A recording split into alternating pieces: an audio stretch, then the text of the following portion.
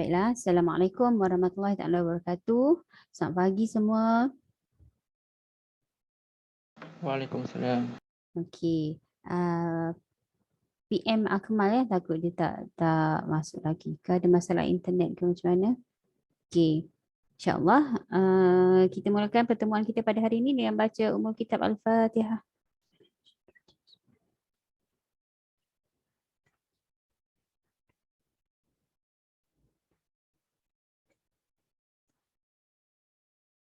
Amin, amin ya rabbal alamin. Alhamdulillah kita bersyukur pada hari ini kita masih lagi boleh meneruskan urusan kita, masih lagi diberi peluang, masih lagi bernafas. Semua sihat ke? Yang cucuk vaksin hari tu semua okey ke? So sekarang ni semua dah lengkap ke? Ke masih ada yang satu dos?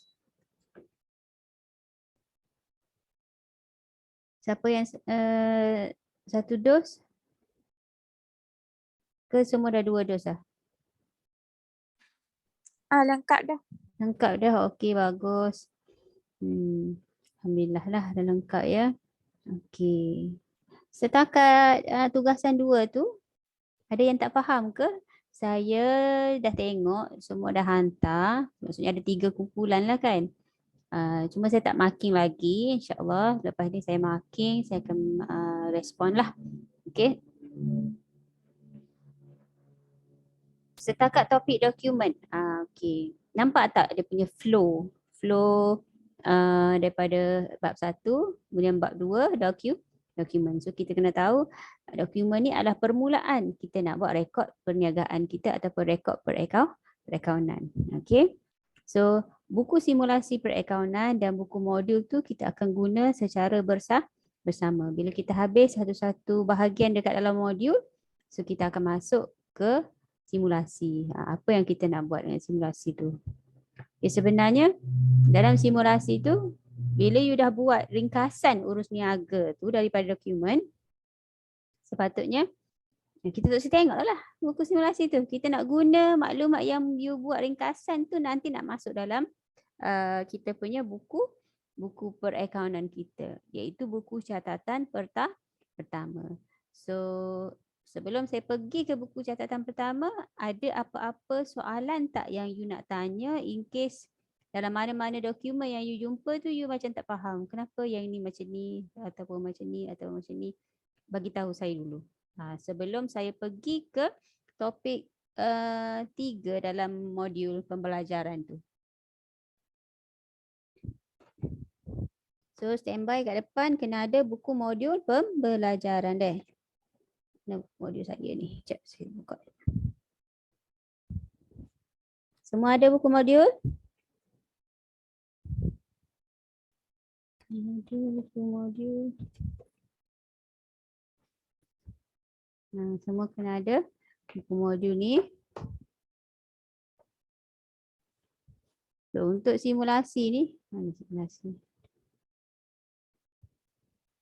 Okay, untuk simulasi ni, sebenarnya dia punya penerangan dia muka 1, 2, 3, 4, 5.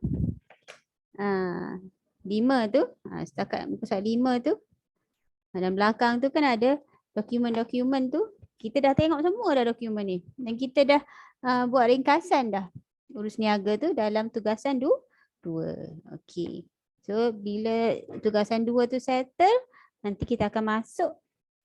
Kita akan rekodkan urus niaga dalam tugasan 2 tu ke dalam buku catatan pertama. So sebelum kita catat, kita nak kena tengok dululah apa maksud yang buku catatan pertama dalam muka surat 31. Sebelum tu yang penilaian tu saya dah bincang ke belum muka surat 28?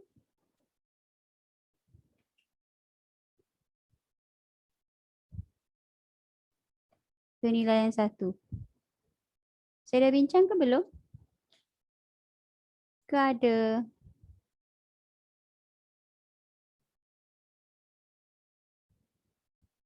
Saya rasa saya dah bincang dalam rakaman Betul tak? Ada nak tanya ke? Untuk penilaian tu? Sekejap saya buka. Ada nak tanya ke untuk penilaian tu? Share screen. Modul. Muka surat 29.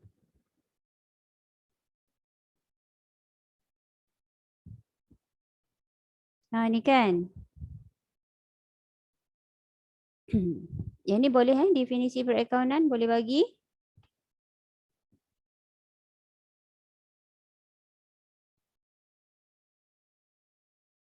Yang ni faham lah ke ni? Yang ni pun saya dah terangkan dalam rakaman penilaian tu ke? Ada yang nak tanya ke tak ada? Ada tak faham nombor 7A tu apa? Masa tu jawab apa dia? Tanya saya. Kau tak ingat dah buat penilaian ni? Make sure you jawab dulu baru you tengok rakaman tu. So bila masa you jawab tu you kena rujuk lah nota dia kan? Okey ya? So saya teruskan ke topik 3 boleh ke?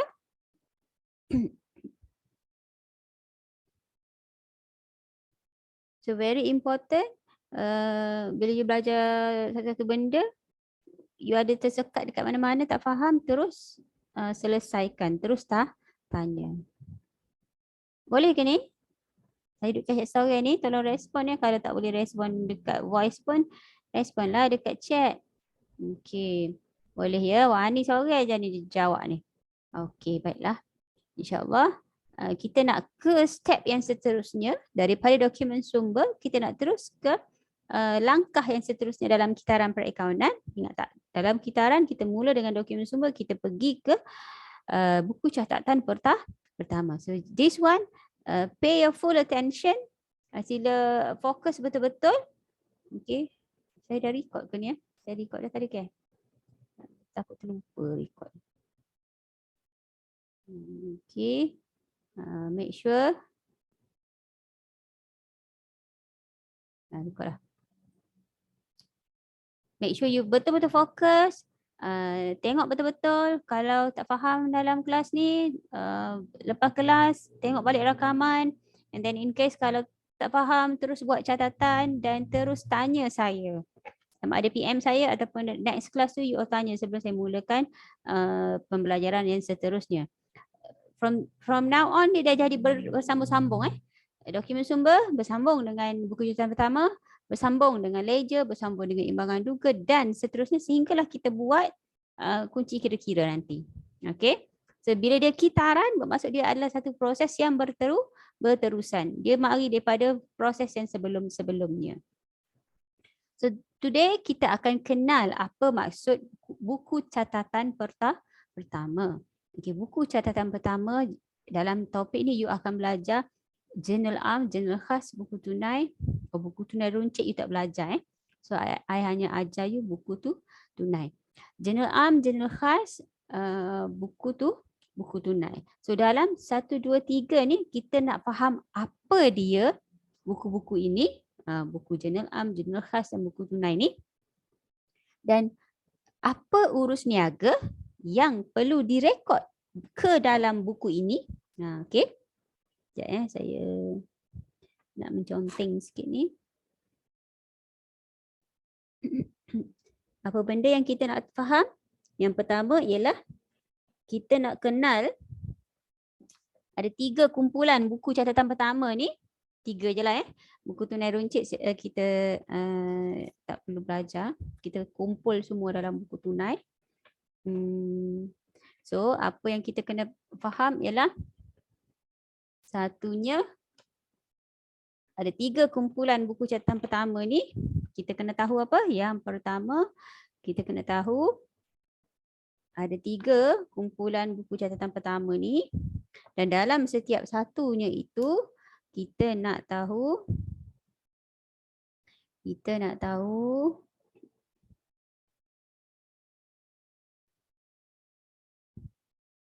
okey. Dah tak boleh pula nak conteng ni.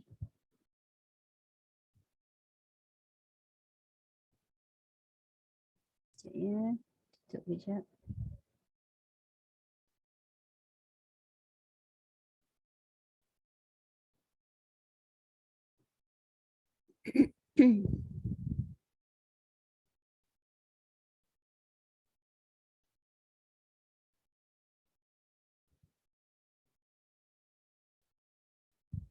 Sekejap, saya buka lagi sekali. Memang tak boleh nak.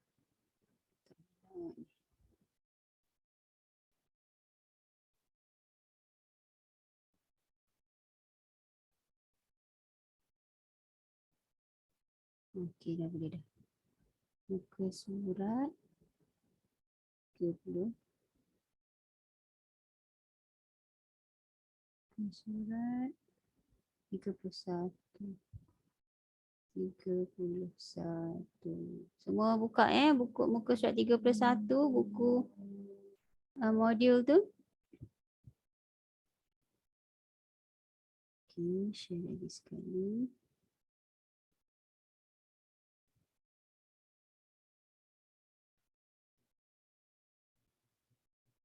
Okey. So saya cakap apa tadi? Saya kata satunya kita kena kenal 3 benda ni. Ya Allah, dia naik atas pula. Wait. Cik lari je ni.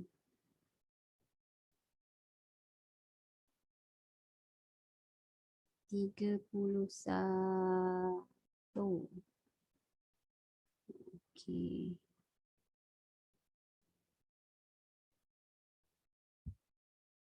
Maaf ya, bentar. Okey, 31.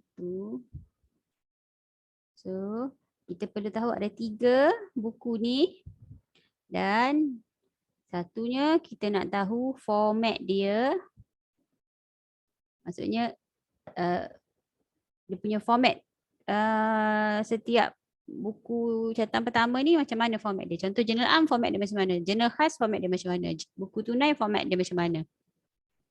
Kemudian kita nak tahu apa urus niaga yang akan masuk dalam buku ini. Okey. Kita ada 3 kategori buku catatan pertama ni. Jurnal am, jurnal khas, buku tunai. So first, what is the format? Kemudian nak kena tanya urus niaga apa yang akan masuk dalam buku ini. Ingat tak you punya dokumen? Dokumen tu pun kita dah pecah-pecahkan kepada beberapa jenis dokumen kan. PV, resit, voucher tunai runcit, ada invoice jualan, invoice belian, nota debit, nota debit yang kita terima, nota debit yang kita hantar ataupun pulangan jualan, pulangan belian. Kemudian lain-lain dokumen, okey. So kita pun dah susun dokumen tu ikut kategori-kategori dia. Nanti kita akan tengok setiap dokumen tu dia akan pergi ke buku mana. Okey? So itu yang kita nak tahu. Okey. So saya tengok penerangan dia. Boleh saya teruskan? Boleh. Boleh. Terdiri daripada buku jurnal, buku tunai dan buku tunai runcit. Semua urus niaga dicatatkan terlebih dahulu ke dalam buku catatan pertama sebelum dipindahkan ke reja mengikut turutan tarikh urus niaga. Okey. Bila kita dah ada dokumen, daripada dokumen tu kita nak masuklah buku-buku perakaunan ni. So buku perakaunan tu, buku mula-mula sekali kita panggil buku catatan pertama. Buku catatan pertama ni terbahagi kepada jurnal dan buku tunai. Buku tunai runcit tu kita tak belajar, kita buat semua pembayaran dengan cek dan dengan tunai tu kita buat dalam buku tunai semua ya. Untuk tujuan subjek awak ni, syllabus awak ni, kita buat semua dalam buku tunai sahaja, tak belajar buku tunai runcit. Okey, dan kita juga ada jurnal. Okey. Semua urus niaga akan dicatat terlebih dahulu ke dalam buku catatan pertama sebelum dipindahkan ke ledger. Dalam kitaran kan daripada dokumen pergi buku catatan pertama, pergi ke ledger. Sebelum pergi ledger kena duduk dalam buku catatan pertama. Buku jurnal ni ada jurnal am. Okey. Ada apa? Jurnal am, ada jurnal khas. So jurnal tadi ada jurnal am, ada jurnal khas. Jurnal khas ni adalah untuk urus niaga kredit. Urus niaga apa? Urus niaga kredit. Apa maksud urus niaga kredit? Urus niaga hutang. Iaitu sama ada belian ataupun jualan kredit. Okey. Kita beli daripada siapa secara kredit? Kita beli daripada siapa secara kredit? Penghutang ke pemiutang? Kita beli daripada pembekal ke? Kita beli barang niaga kita daripada pembekal secara kredit. So pembekal tu kita panggil penghutang ke pemiutang? Pemiutang. Okey. Kita jual kepada pelanggan secara kredit. Pelanggan kita tu kita panggil apa? Pemiutang ke penghutang? Penghutang. Okey. Jadi untuk jurnal khas ni adalah urus niaga belian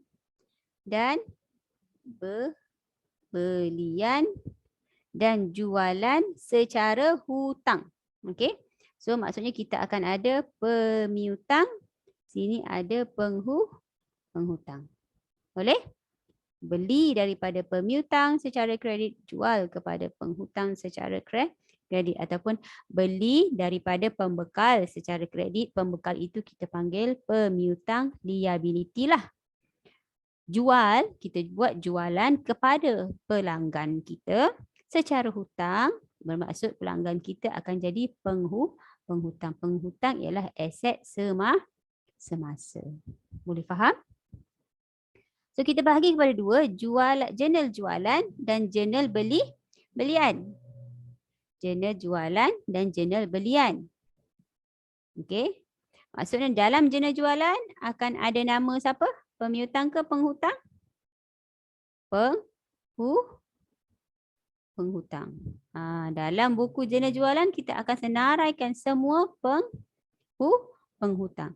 Manakala dalam jurnal belian kita akan senaraikan semua pemiutang-pemiutang yang kita beli secara hutang tersebut. Boleh? Ya Allah, ni kenapa dia tak lekat ni? Boleh faham setakat tu? Baik. Kadang-kadang apabila kita jual secara hutang, bila barang rosak, barang tu akan dipulangkan. Betul tak? So, jika ada, kita akan wujudkan satu jurnal pulangan masuk atau pulangan jualan.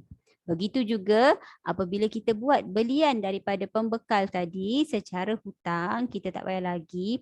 Kadang-kadang barang yang kita beli itu pula rosak ke, tersalah ke, kita akan pulangkan balik. Bila kita pulangkan balik tu maksudnya pulangan keluar. Pulangan keluar. Jika ada, kita akan buka satu jurnal pulangan belian atau pulangan keluar. Boleh faham setakat tu? Ni jurnal apa kita panggil? Jurnal khas. Jurnal apa? Jurnal khas. Okey. Saya akan jurnal am nanti kita akan. So maksudnya kita tahu dah lah ni. Apakah urus niaga yang akan direkodkan dalam jurnal khas? Urus niaga yang akan direkod dalam jurnal khas ialah urus niaga belian dan jualan secara kredit. Lepas. Dan juga pulangan masuk atau pulangan keluar. So jurnal khas tu ada 4. Jurnal jualan, jurnal pulangan jualan. Jurnal belian, jurnal pulangan belian. So ada 4. Okey dah? Right. Boleh dah setakat tu. Seterusnya, ada kata jurnal terbagi kepada 2, am dan khas. Khas tadi saya dah terangkan. Okey. Ingat ya, pulangan masuk ialah pulangan jualan. Pulangan keluar ialah pulangan belian. So dalam jurnal akan menunjukkan catatan yang lengkap tentang urus niaga mengikut turutan tarikh beserta butir keterangan. So dokumen yang saya susun untuk awak dalam simulasi tu pun dia ikut tarikh kan, dia tidak ikut dare kan, dia dah ikut tarikh dah. Saya dah mudahkan awak dah. Ikut tarikh dah. So kita akan rekod ikut tarikh nanti ya. Okey, so jurnal akan memudahkan membuat rujukan dan memberi panduan catatan ke ledger nanti. Sebabnya kita dah letakkan dia dalam kumpulan-kumpulan tertentu. Contohnya jualan kredit sahaja dalam jurnal jualan. Belian kredit diduduk satu dalam jurnal belian sahaja. Okey, pulangan dia akan duduk jurnal pulangan. So dia akan memudahkan pindah catatan ke ledger nanti. Dan dapat mengesan kesilapan dengan cepat dan mengelakkan penipuan. Okey. Baik. Jurnal am jurnal am. Okey. Kita pergi jurnal am dululah. Okey. Jurnal am. So ada banyak urus niaga yang boleh direkod dalam jurnal am. Ada banyak urus niaga yang boleh direkod dalam jurnal am. Tak macam jurnal khas tadi. Jurnal khas tadi dia khas dah. Kalau jualan kredit khas, jualan kredit satu, jualan kredit sahaja. Kalau jualan belian kredit sahaja duduk dalam jurnal belian. Tetapi dalam jurnal am ni ada beberapa urus niaga yang boleh direkod menggunakan jurnal am. Okey. Kita tengok yang pertama. So dia ada A, B, C, D. A, B, C, D, E, F, G, H. Jurnal am tu ada, dia digunakan untuk merekod apa? Dah, dia hilang balik dah pen ni. Ni. So, jurnal am, okey. Dia akan digunakan untuk merekod baki awal. Merekod baki awal. Perasan tak dalam muka surat buku simulasi ni, dalam muka surat, saya kena buka ni simulasi. Okey, dalam muka surat 5 dalam simulasi, apa dia tulis dekat muka surat 5 tu? Cuba tengok dekat buku simulasi.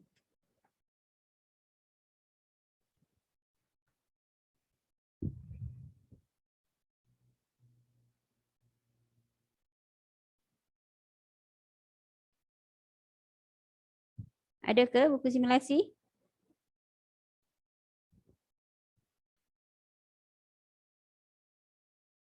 Kelas? Tengok buku simulasi. Apa dia buat? Dia bagi tahu dekat muka surat 5 tu, baki awal. So maksudnya bila kita nak buat urus niaga 1 hari bulan 1, kita mesti ada baki awal daripada 31 hari bulan 12 dulu. Betul tak? So nanti baki awal ni semua akan direkod dalam jurnal am. Ingat semua baki awal di muka surat 5 tu mesti direkod dalam jurnal am.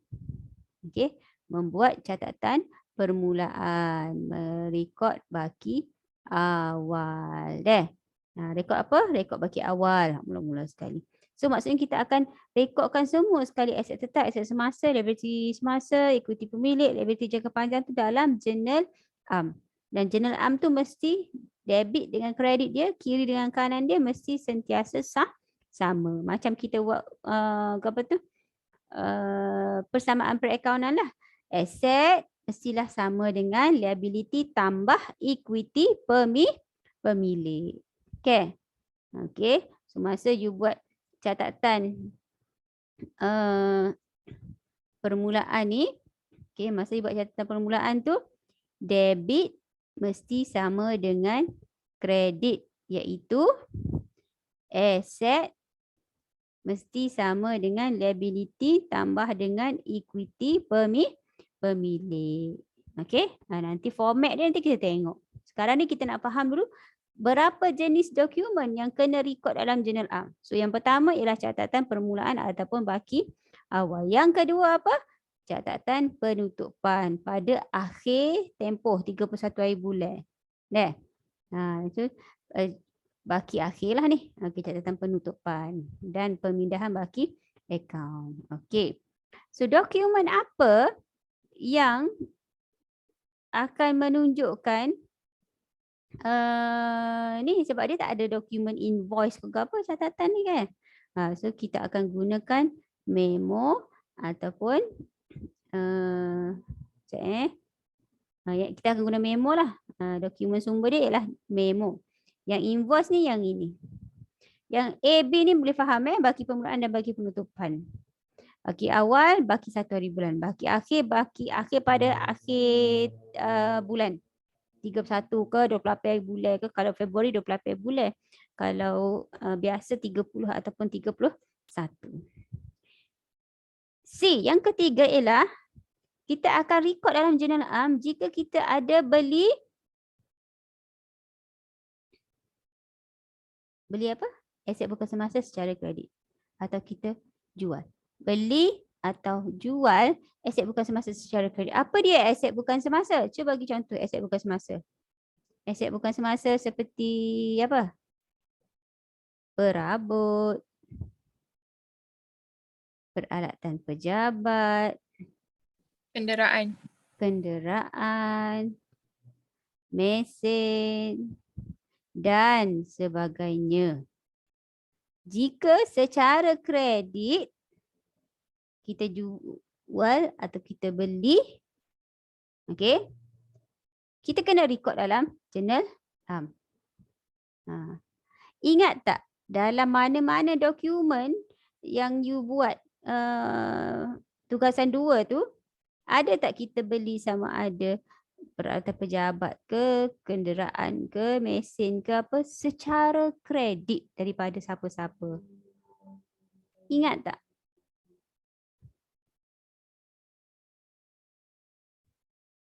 Tak ingat dah? Saya buka you punya tugas saya duduk mana ni.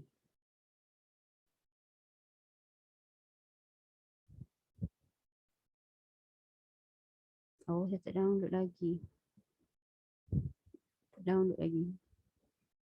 Saya buka satu tugasan. Siapa ya? Sekejap ya.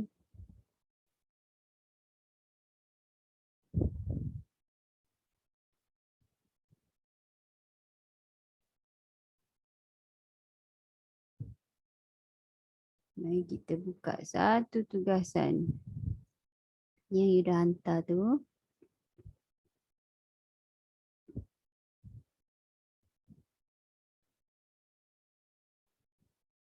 Nak buka siapa punya ni?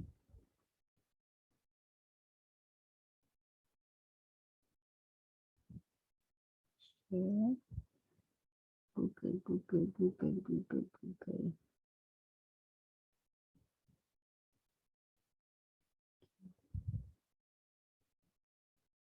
Password tugasan 2.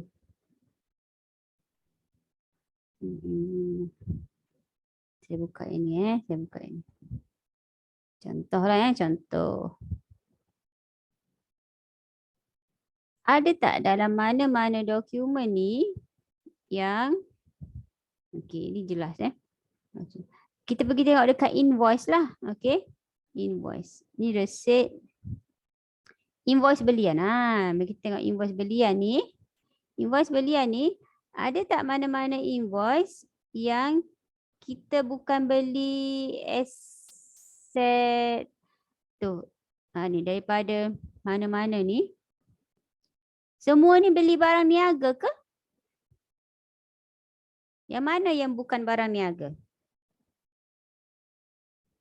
Cerah ya.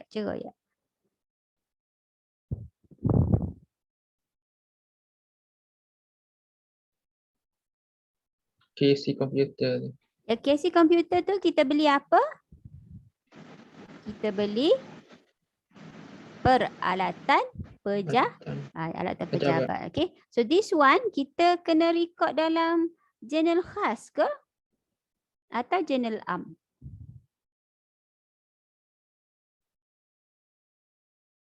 Kita kena record dalam jurnal am. Iaitu perhatikan deh. Tadi kita kata Beli atau jual aset bukan semasa secara kredit. So KC komputer tu dia memberi kita beli komputer ke? Komputer, printer, scanner untuk kita guna dekat pejabat. So dia di bawah peralatan pejabat kan? Bawah peralatan pejabat. Jadi kita beli peralatan pejabat secara kredit. So kita kena record dalam jurnal am. Boleh? Kita kena record dalam jurnal am ya. Okey. Boleh faham situ? Okey. Alright. Sama ada kita beli atau kita jual. Yang seterusnya, jika kita ada ambilan barang niaga untuk kegunaan peribadi pun kita akan rekod di dalam jurnal am. Kita ambil barang yang kita beli untuk nego tapi kita guna untuk kegunaan sendiri, kita ambil buat ambilan barang niaga kita rekod dalam jurnal am. Okey. Dan jika kita ada membawa masuk modal tambahan, pemilik perniagaan dia ada buat dia ada buat masuk modal tambahan, sama ada modal tu berbentuk wang ataupun modal tu berbentuk kenderaan ke ataupun aset bukan semasa, kita kena record dalam jurnal am juga. Selain daripada itu, jurnal am digunakan untuk buat catatan pelarasan, membetulkan kesilapan dan merekodkan pembubaran perniagaan. Pembubaran perniagaan ni maksudnya kita nak tutup perniagaan. Okey. Kita nak tutup perniagaan. Kadang-kadang walaupun kita kata bila kita berniaga kita tak akan tutup sampai bila-bila, tapi in the case of kita terpaksa tutup perniagaan kita kena buat catatan di dalam jurnal am. Boleh? Okey. So ada berapa? A, B, C, D, E, F, G, H. Adalah 8 urus niaga yang perlu direkod dalam jurnal am, iaitu A, catatan permulaan, B, catatan penutupan, C, jual beli aset bukan semasa secara kredit, A, B, C, D, ambilan barang secara mana dah? Hilang. Ambilan barang niaga untuk kegunaan sendiri, E, bawa masuk modal tambahan, F, catatan pelarasan, E, kesilapan, membetulkan kesilapan, E pula G, membetulkan kesilapan, H, merekod pembubaran. Boleh ingat tak ni? Boleh ingat tak ada 8 urus niaga yang boleh direkod dalam jurnal am. Okey? Jurnal am je dia banyak sikit. Okey.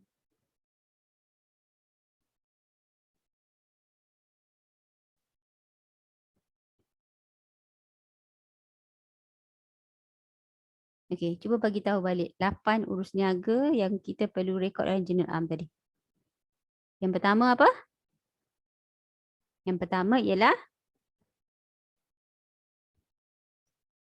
Baki awal. baki awal. Yang kedua, Catatan penutup. baki akhir, catatan penutup. Yang ketiga, Membeli dan menjual aset bukan semasa secara kredit. ya, membeli atau menjual aset bukan semasa secara kredit. A, B, C, D, Ambil barang barang niaga niaga peribadi. untuk kegunaan peribadi. A, B, C, D, E, Membawa masuk modal tambahan. jika ada modal tambahan. F, Pelarasan. G, Membetulkan betulkan kesilapan. A, B, C, D, F, G, Pembubaran. H, membubarkan perniagaan. So ada 8 urus niaga untuk rekod di dalam jurnal am. Okey. Baik. Kita teruskan.